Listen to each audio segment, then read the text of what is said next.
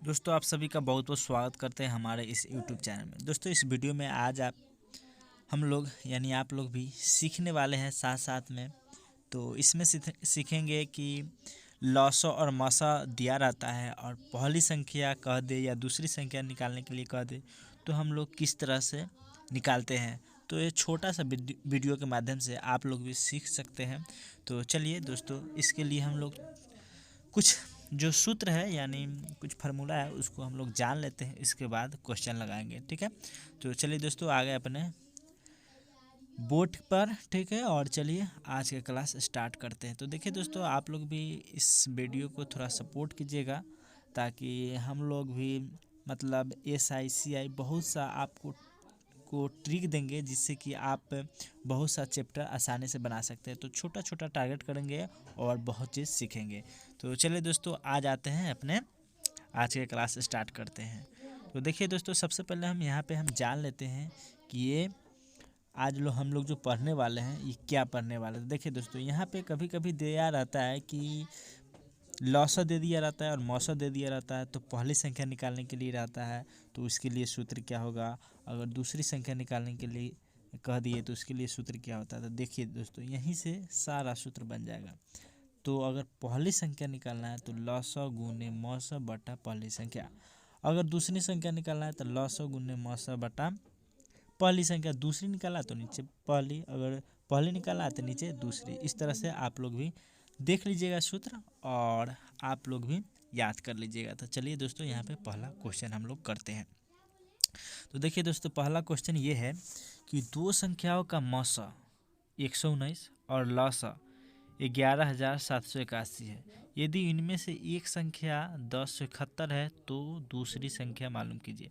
तो दूसरी संख्या मालूम करने का सूत्र क्या होता है, चलिए दोस्तों आपको हम बता देते हैं। आप लोग भी सूत्र नहीं याद कीजिएगा तो याद कर लीजिएगा, क्योंकि बिना सूत्र का ये जो है बहुत थोड़ा दिक्कत होता है।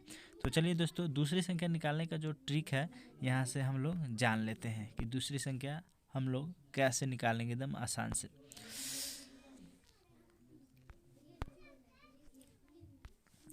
तो देखिए दोस्तों, दूसरी संख्या निकालने के लिए होता है लॉसा, शॉर्ट में लिख रहा है। ठीक है, लॉसा गुने मौसा बटा पहली संख्या। ठीक है, पहली संख्या ये जो सूत्र है क्या निकालने के लिए, तो दूसरी संख्या निकालने के लिए। ठीक है, आप लोग यहाँ से सीख सकते हैं। इस तरह से थोड़ा एडजस्ट कीजिएगा आप लोग भी। तो चलिए दोस्तों, यहाँ पे जो अंक है उसको हम बैठा लेते हैं। तो यहाँ पे जो अंक है उसको हम बैठा लेते हैं।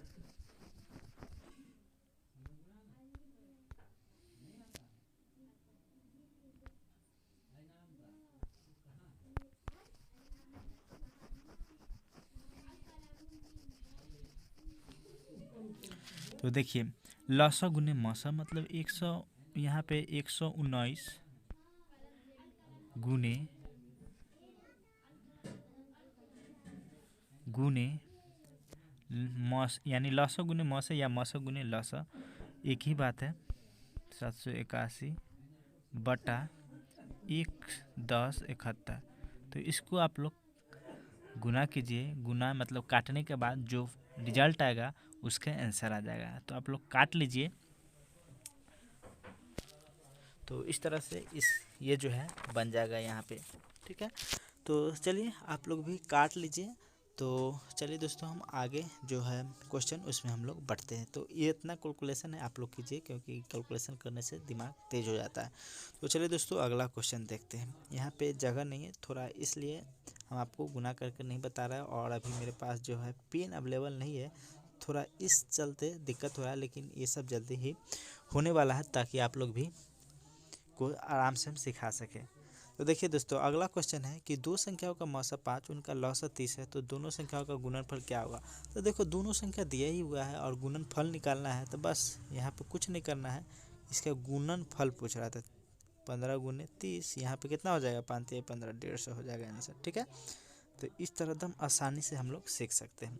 और हर एग्जाम में यह जो है 1 से 2 गो प्रश्न पूछता ही है। ठीक है, तो इस तरह से इसका आंसर मार लेंगे हम 150। ठीक, चलिए दोस्तों अगला क्वेश्चन देख लेते हैं।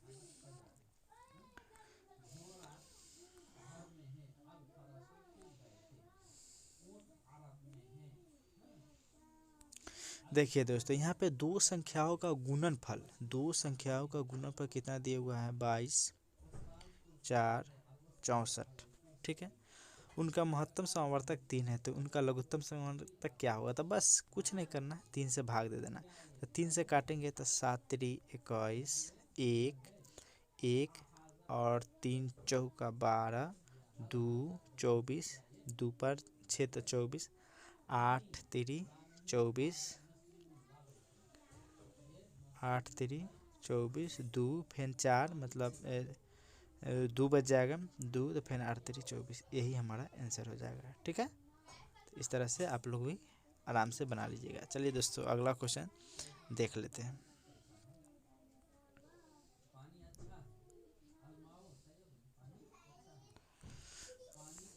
देखिए दोस्तों, दो संख्याओं का गुणनफल इतना है, लघुत्तम समावर्तक कितना है, तो उनका महत्तम, बस एकदम आसान है। अगर दो संख्याओं का गुणनफल दे दिया, अगर लघुत्तम है तो लघुत्तम से भाग दे देंगे, महत्तम निकल जाएगा। अगर महत्तम दे दिया हुआ है तो महत्तम से भाग दे देंगे तो लघुत्तम निकल जाएगा। अगर लघुत्तम से भाग दे देंगे तो महत्तम समावर्तक निकल जाएगा। एकदम आसान है, तो आप लोग भी काट लीजिएगा इसको। तो क्या है, दो संख्याओं का गुणनफल है। मान लीजिए आपको एकदम छोटा सा हम आपको एग्जाम्पल बता रहे हैं कि मान लीजिए दो संख्याओं का गुणनफल, दो को मिलाकर यानी 5 गुने 3 दे दी, इसका दिए हुआ है 15। मान लो कि दो संख्याओं का गुणनफल 15 है। ठीक, उसमें से एक संख्या 5 है तो दूसरी संख्या 5 से भाग दे दीजिए, 3 आ जाएगा, तो दूसरी संख्या यहाँ पे 3 है। अगर यहाँ पे दो संख्या का गुणनफल 15 दिया हुआ है, ठीक है, एक संख्या 3 दे दिया है तो दूसरी संख्या 3 5 15। बस इसी ट्रिक पर आप भी लगा दीजिए,